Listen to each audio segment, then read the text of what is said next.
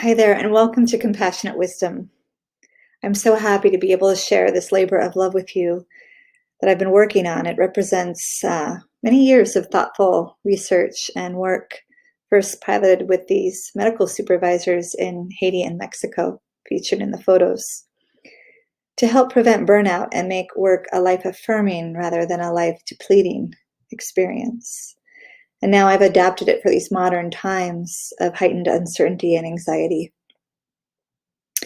My inspiration for this course comes from the Bodhisattva or awakened one, who is a human with the ability to perceive and feel, embodies presence and practical wisdom in every relationship and act of service, as well as the heroine's journey, arising from the feminine archetype, a journey of ever-deepening circles or cycles of initiation, incoherence, integration, reframing, and coming home over and over.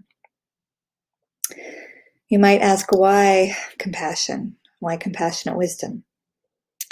Compassion offers a way to support our daily life rhythms and to integrate the often disconnected parts of our lives. These are what sociologist Irving Goffman refers to as the front stage, the backstage, and the offstage. The front stage is where we perform certain roles in front of certain audiences, but too often we compartmentalize and repress the shadow parts of ourselves, hiding and masking the distress we're experiencing when facing serious life challenges or periods of loss. We don't allow space or time to acknowledge the complex emotions that surround grieving and loss or feelings of inadequacy, and over time this begins to take a toll on us. As Maya Angelou says, there is no greater agony than bearing an untold story inside of you. And we all have these stories. My own catalyst for this work was losing my mother at 19, and then spending many years working in tough male-dominated spaces of community organizing in Chicago and crime and investigative reporting in New York City, where I wasn't able to process or feel some of my complex emotions that I've been repressing through years of vicarious trauma and compassion fatigue. And I remember after a while just feeling as if I was sleepwalking through my life, even though on the outside I may have appeared high functioning. So the catalyst for my own growth arose from this fractured, split sense of self and led to my entree into the healing contemplative arts. Today I'm a well-being scientist and a medical anthropologist, as well as a mom. And so I have experience observing patterns over time and also understanding my own blind spots and assumptions, as well as those of others. And this can be very helpful in this work, this kind of mirroring. I'm also a yoga graduate of the seminary, so I've been teaching yoga and meditation since 2005, and certified in restorative justice principles. I'm very committed to co-creating both safe and brave spaces that promote both individual and communal healing, what we refer to now as post-traumatic growth. So how can compassion heal? Compassion offers a way to support our rhythms and nourish our capacity for self-awareness, empathy, and self-control. I like this model from Roshi Halifax, also a medical anthropologist and as well as a Buddhist nun. Her team works with caregivers and hospice workers. You can see that emotional regulation is key in this process that helps guide us to compassion, where we can avoid the selfish pro-social behavior of fight, flight, and freeze, and move into the selfless pro-social behavior, where we're not attached to outcome.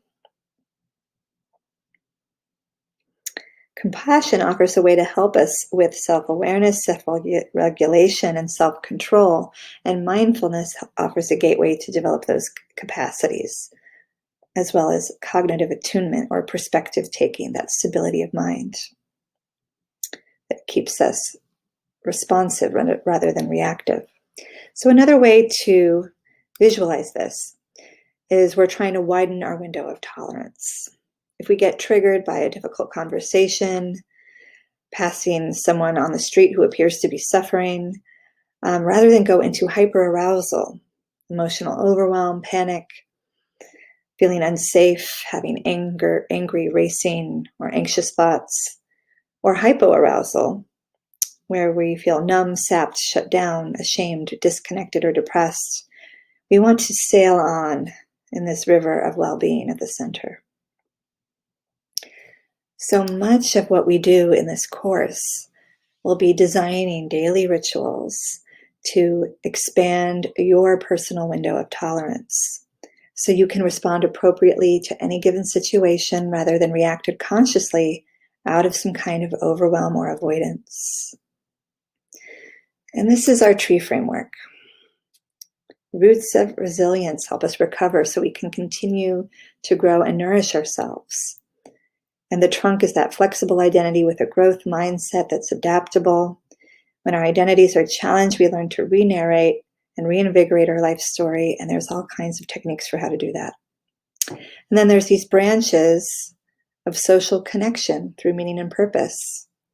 So this isn't a journey that is a self-enclosed self-care program.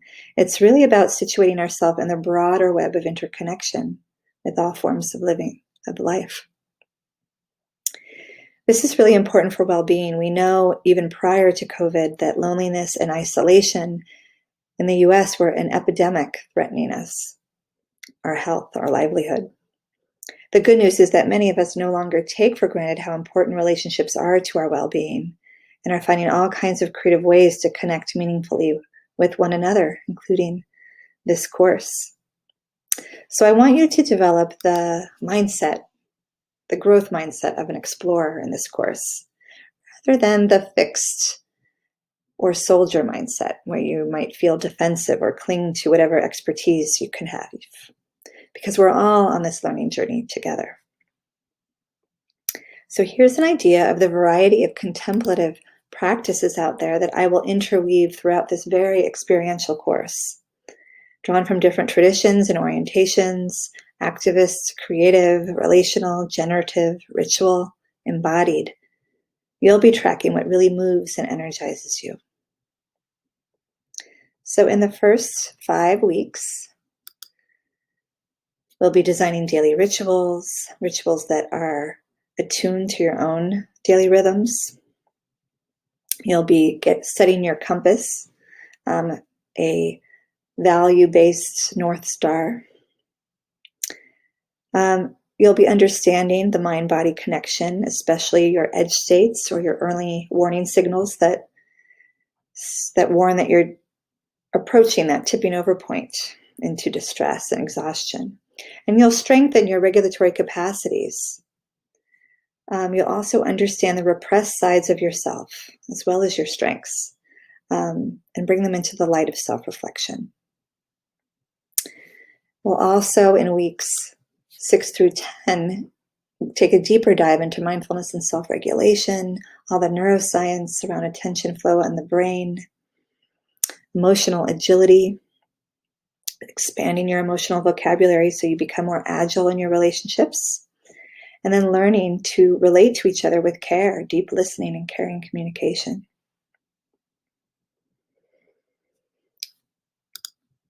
So the course will include, on a weekly basis, video and written guidance, and then what we call soul dialogue or self-awareness practices that tap into your creative subconscious.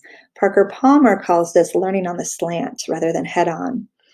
Through art and poetry, this allows you to get past some of those conscious defense mechanisms that we all have. Mindful movement, because we are very embodied, yoga and qigong, maybe some dance, and meditation and mindful meditation to develop focus and attention, especially now with remote work at home or all the interruptions you might have in this kind of compressed space of the home. And then tracking. It's really important that by the end of these 10 weeks, I want you to have a sense of your patterns and what practices work for you so you can sustain and deepen your rituals over the next months and even years ahead. Checklists to help you prioritize. They're not to-do lists. You don't need to do everything on the list, but checklists so that you have a sense of how you are prioritizing each week. And then personal coaching opportunities. This course comes with a 30-minute free coaching session and also the opportunity to sign up for discounted sessions if you want more individualized attention. So with that, I urge you to sign up today. We have a special early bird discount pricing through November 30th. It's half off. The course is normally $400, now $199 for 10 weeks plus the free coaching session and discounted sessions if you want more. Use the code at the checkout, Black Friday half off. And I wish you well. I wish you safety. Take good care. I hope to see you soon.